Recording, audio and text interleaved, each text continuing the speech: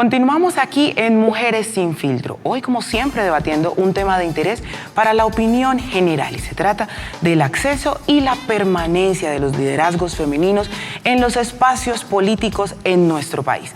Hemos tenido un amplio debate, un amplio diálogo al respecto de los diferentes espacios que tienen las mujeres dentro de la participación en el ámbito político mundial y hemos ido aterrizando poco a poco en lo que han sido los espacios aquí en Colombia. Ya estamos un poco hablando al respecto de la legislación porque es importante saber entonces identificar cuáles son esos espacios en los que estamos teniendo incidencia y participación, pero además también cuáles son esos ámbitos en los que todavía necesitamos trabajar como sociedad, en donde la cultura todavía nos está ganando el juego y no hemos logrado deconstruir esas ideas. Para este interesante debate nos acompañan hoy en esta emisión del programa Mujeres sin Filtro la doctora Dilian Francisca Toro y la representante Catalina Ortiz.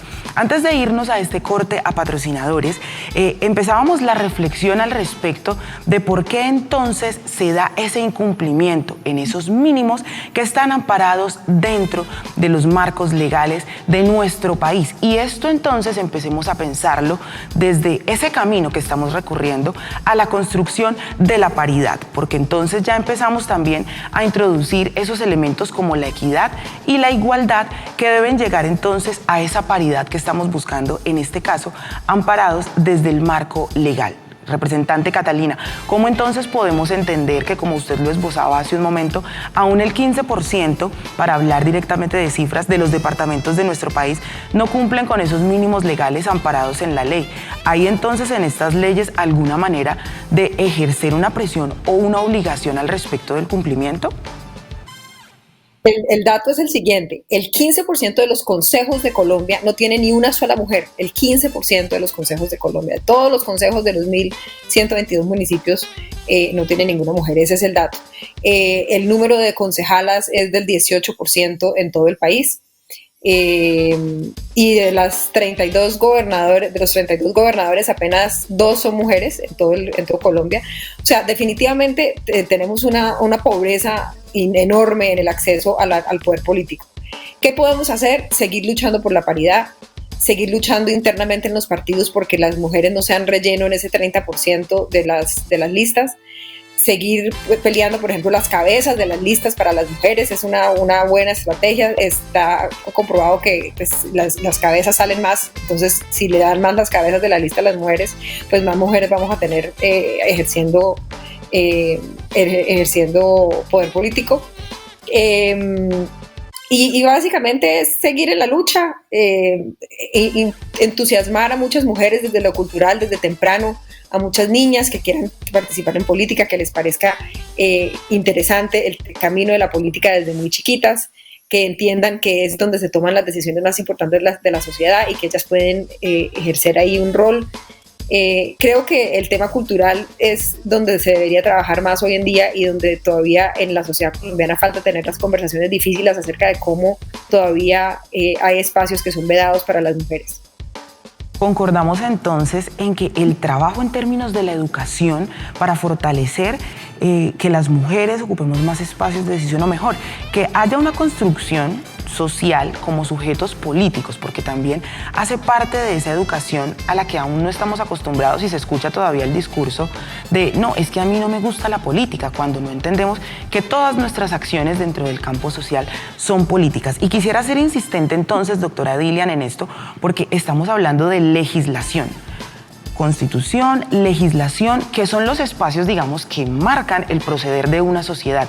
¿No hay entonces dentro de las leyes que se han promulgado un espacio que obligue, por ejemplo, a que se cumpla con estos mínimos de participación de las mujeres? No, los mínimos sí se cumplen porque fue la legislación. Y es lo que decía Catalina, o sea, nosotros, la ley dice y se establece que el 30% de las listas de elección popular estén con mujeres, ya sean los consejos, ya sean las asambleas, ya sea en el Congreso, Cámara y Senado.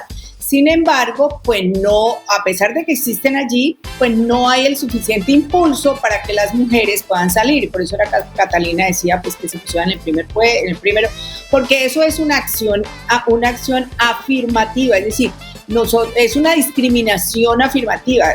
Lo que quiere decir es que discriminamos, pero para poder que haya mayor participación. Y eso es lo que se hace en la ley.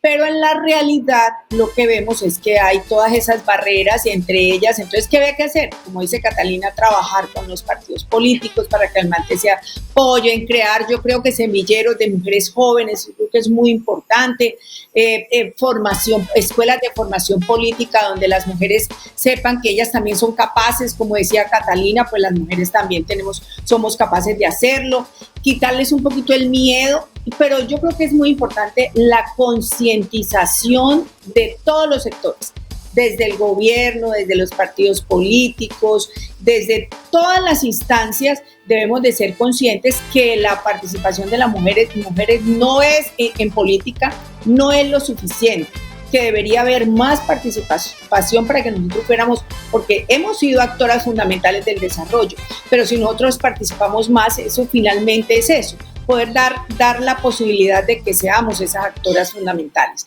Entonces yo creo que eso es lo que se debe hacer, más concientización, más educación, menos paradigmas culturales de que no somos capaces, porque somos capaces, como decía Catalina, siempre que las mujeres estamos en algún lugar, lo hacemos muy bien, así que yo sí creo que si todos nos concientizamos podemos lograr mejorar poco a poco.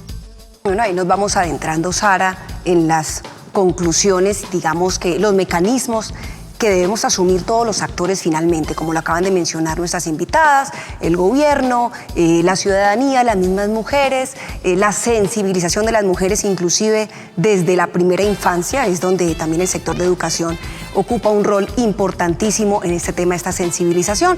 Vamos a seguir ahondando y redondeando estos mecanismos para llegar a la tan anhelada paridad 50 y 50 de participación de mujeres y hombres, que finalmente entendemos es el espíritu de la normatividad que está existente hoy en nuestro país y que está respaldada también por muchísimos convenios a la luz y en el marco del derecho internacional. Sara, nos vamos a un BTR, volvemos y seguimos conversando con nuestras invitadas.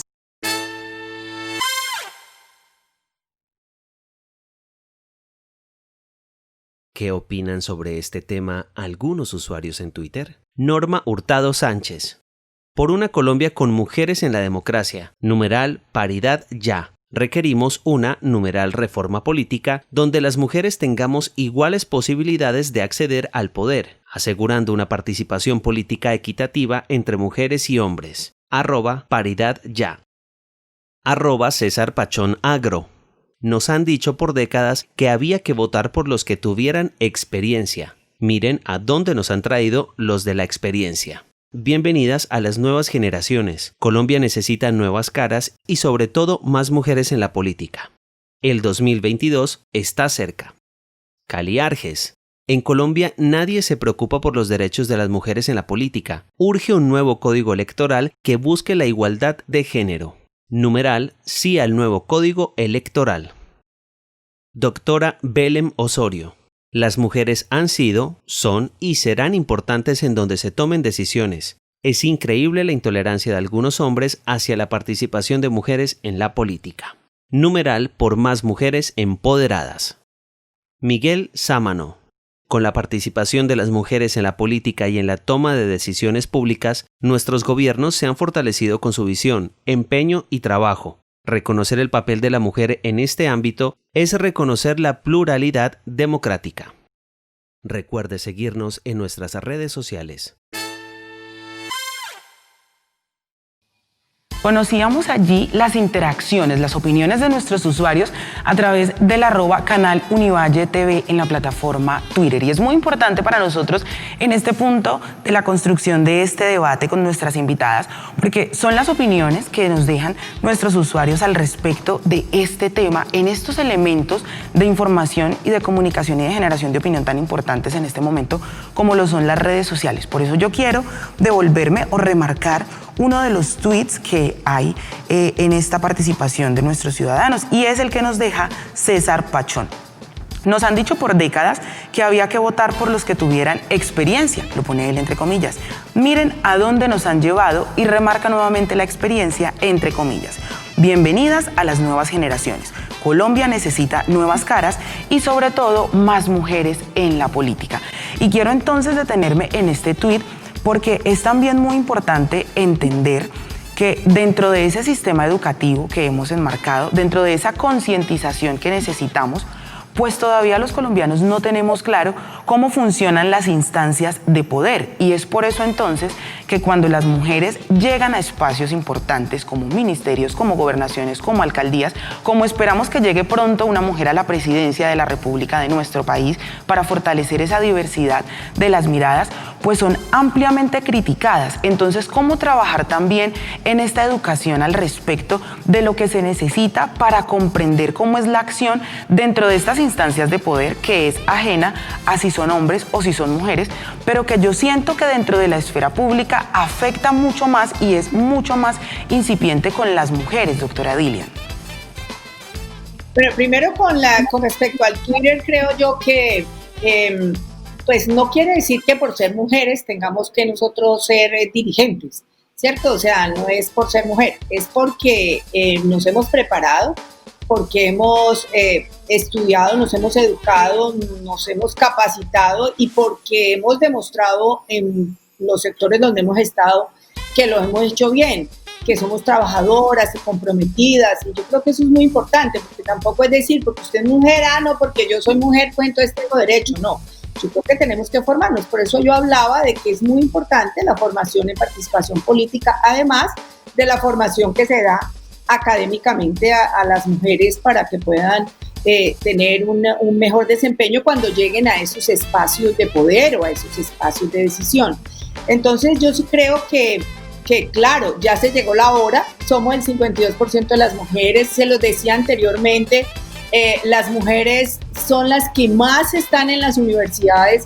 Incluso hay estudios que son las que mejor tienen desempeño académico. No quiere decir que las mujeres seamos mejores con los hombres, no. Tenemos otras visiones, otras cualidades que creemos que son complementarias a las visiones y a las cualidades que tienen los hombres, porque aquí es de trabajar de la mano para poder lograr generar esas transformaciones sociales que necesitamos en nuestro país.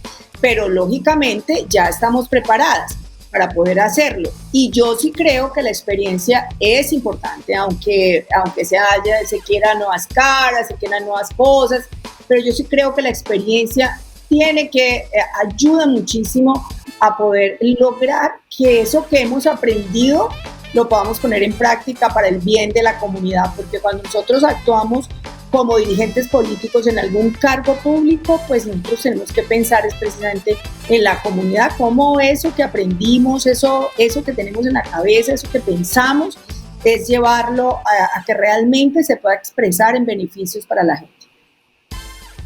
Muy interesante eso que usted remarca. Representante Catalina, en ese sentido entonces, y muy importante que la doctora Dilian haya tocado este tema, no es porque somos mujeres, hace parte de la preparación, de las metas, de los planes que emprendemos para poder acceder a esos espacios de poder. Y no se trata de demostrar si somos mejores los unos que los otros, se trata de trabajar en conjunto. Entonces, ¿cómo podemos aportar a la deconstrucción?